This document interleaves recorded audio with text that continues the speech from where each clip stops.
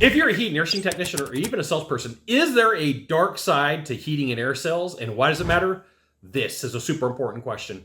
I'm Scott Sylvan Bell, coming to you live for HVAC technician sales secrets on a perfect day to talk about sales and a perfect day to talk about you. Coming to you live from Sacramento. So here it is. We're going to talk about the bad, the ugly, about heating and air. And if you're like, hey, I'm thinking about getting in this industry, is it good? Yep. Are there dark sides? Heck yes, they are. So what I'm going to do is I'm going to take a top-down approach. There's probably like 8 things on this list. And we're going to start with owners. And, you know, there are people out in the industry that are awesome at what they do. There are people who really do care about their clients. There's people who really want to do the right thing. And then there's what we refer to as scumbags. Right? There's the people out there who don't care. And for them, profit covers sins. And you will hear this the longer you're in any industry. And it's not just heating and air, it's plumbing, it's roofing, it's commercial loans, it's everywhere. That you'll hear us saying profit covers sins. And what that means is if that person who's in the company is profitable, or that department is profitable, or that truck is profitable, we're going to look that way when they do things that are wrong. So does it happen? Yes. Does it suck? Absolutely. Do I condone it? No, I don't.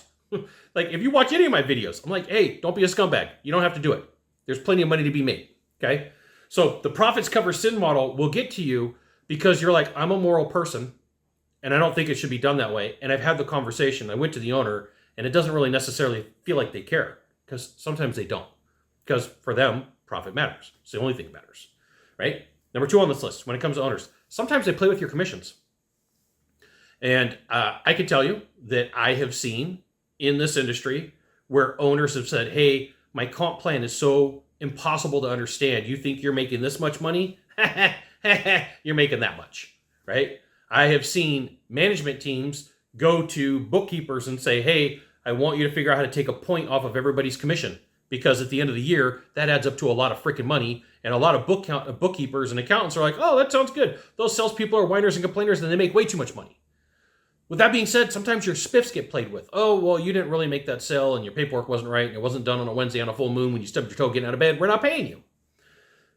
Number 5 on this list for owners is they will poach salespeople and they will lie to get them into the job, only to not be truthful. Okay, so let's talk about managers.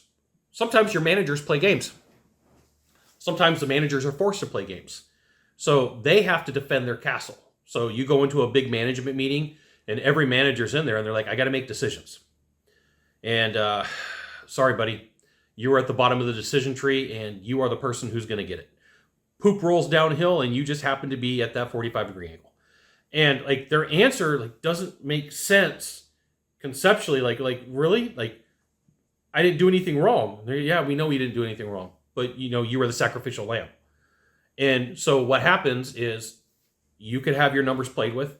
You can have an evil manager that doesn't like you. You can have somebody in the office that doesn't like you, and they played with your routing. They've played with your dispatch. They've played with getting you to whatever call that you need to. They fudged your numbers. They ran reports differently for you than everybody else. And they play games. But whoever's on their team wins. And their team's more important than your team. And guess what? Sometimes there's an agenda. And I have personally seen really good salespeople, really good technicians let go, and they didn't do anything wrong. They didn't. It was just the manager either had to defend their castle, or they had to defend another person that was on their team. I'm not saying it's right. I think it absolutely sucks. I think it's a horrible thing. I think it's a bad position to be in when you're like, I'm going to choose somebody who's in my team who's not doing well versus somebody who's on your team that is. Other managers, they protect their castles too. So, been in management meetings, been in consulting gigs, been in management meetings in consulting gigs, and I've seen this game played just about anywhere that I've looked. You're like, hey, wait, I'm going to look under. I'm sitting on a couch. I'm looking under the cushion. Hey, I'm going to look under there. Yep, there's probably games being played. It happens in almost every company, and the bigger a company gets, the bigger the circus is. So they got to protect their backside. They got to protect their numbers, because if you've never been in a management meeting, here's what happens if they do daily meetings or weekly meetings. This is what works. They pull out the stats, and they're like, hey, all right, Bob, where's your numbers?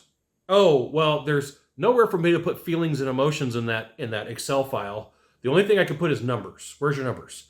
Oh, you don't have any. Okay, we're going to put you down to 0. Go sit over there in the corner and put your clown hat on.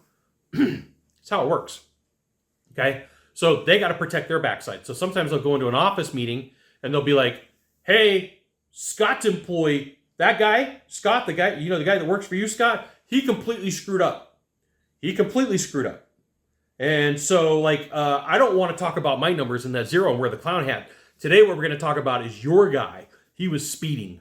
Oh, there was your guy. He was driving on the phone. Oh, wait, he said the guy was eating a sandwich, right? And so what will happen is these managers will get into a turf war inside of management meetings and say, it wasn't me, it was that guy. And so the dark side of heating there is that rolls back on you. Because if you're on the crosshairs, you didn't do anything wrong. You may have somebody coming against you just because they don't like you. They don't like the way you sound. They don't like the way that you look. And this is true for every industry. This is true for every service. It's not just the dark side of heating there. It's dark side of sales. Trainers. Oh, trainers. Whew. The things that I could tell you. The things that I could tell you that I'm not going to go there. But I will tell you, there are some pretty unscrupulous trainers in the heating and air world. And the dark side is the owners get on board with these trainers, and the trainers teach salespeople some shady, shady things, right? Here's my thing. I'll tell you the truth. Do you need a new system? Probably not. Could you get one? Sure. Could you make the repairs? Absolutely. What do you want to do, right? Nope. Not other trainers. You have to make that sale. And so sometimes the trainers, really loosely, in rough terms, will tell managers, hey, do all of these things and make extra sales and make your numbers pump. And you got to make your numbers pump because over the end of a course of a year, it's a lot of money. And so the manager's like, hey, that sounds like a good idea because they're worried about their bonus. It may not be morals that they're worried about. And so they take the advice of the trainer. Trainer. Loose terms, by the way. Loose. Very. Yeah, right? Anyway. Just better hope that the trainer that you have come in is not morally corrupt. Bankrupt. Okay? And then salespeople. Sometimes the salespeople that you're selling for or with or against will say and do anything to close a deal. And I have seen some wild stuff in my days where salespeople, like I'm in a home, will knock on the door knowing that I'm there 15 minutes early so that they throw my presentation off. And, they were hoping that I didn't have anything planned and take care of that. I have, in the past, had salespeople walk in on my presentation without even knocking on the door. I've had salespeople call behind and say, oh, random number, I was at 50 grand for a system, got a manager special, and we'll do it for 10, right? Paperwork signed, agreed on the part of the buyer, is like, oh, dopamine rush, let's go with it. So when I say they'll say and do anything, they may not even know how the system's designed. But gosh darn it, they've got the manager on top of them, they got the sales trainer on top of them, they got the owner on top of them, and the only thing at the end of the day that matters to them is profits cover sins. So here's my answer to you. Keep your morals. There's plenty of business out there. There's plenty of good business owners.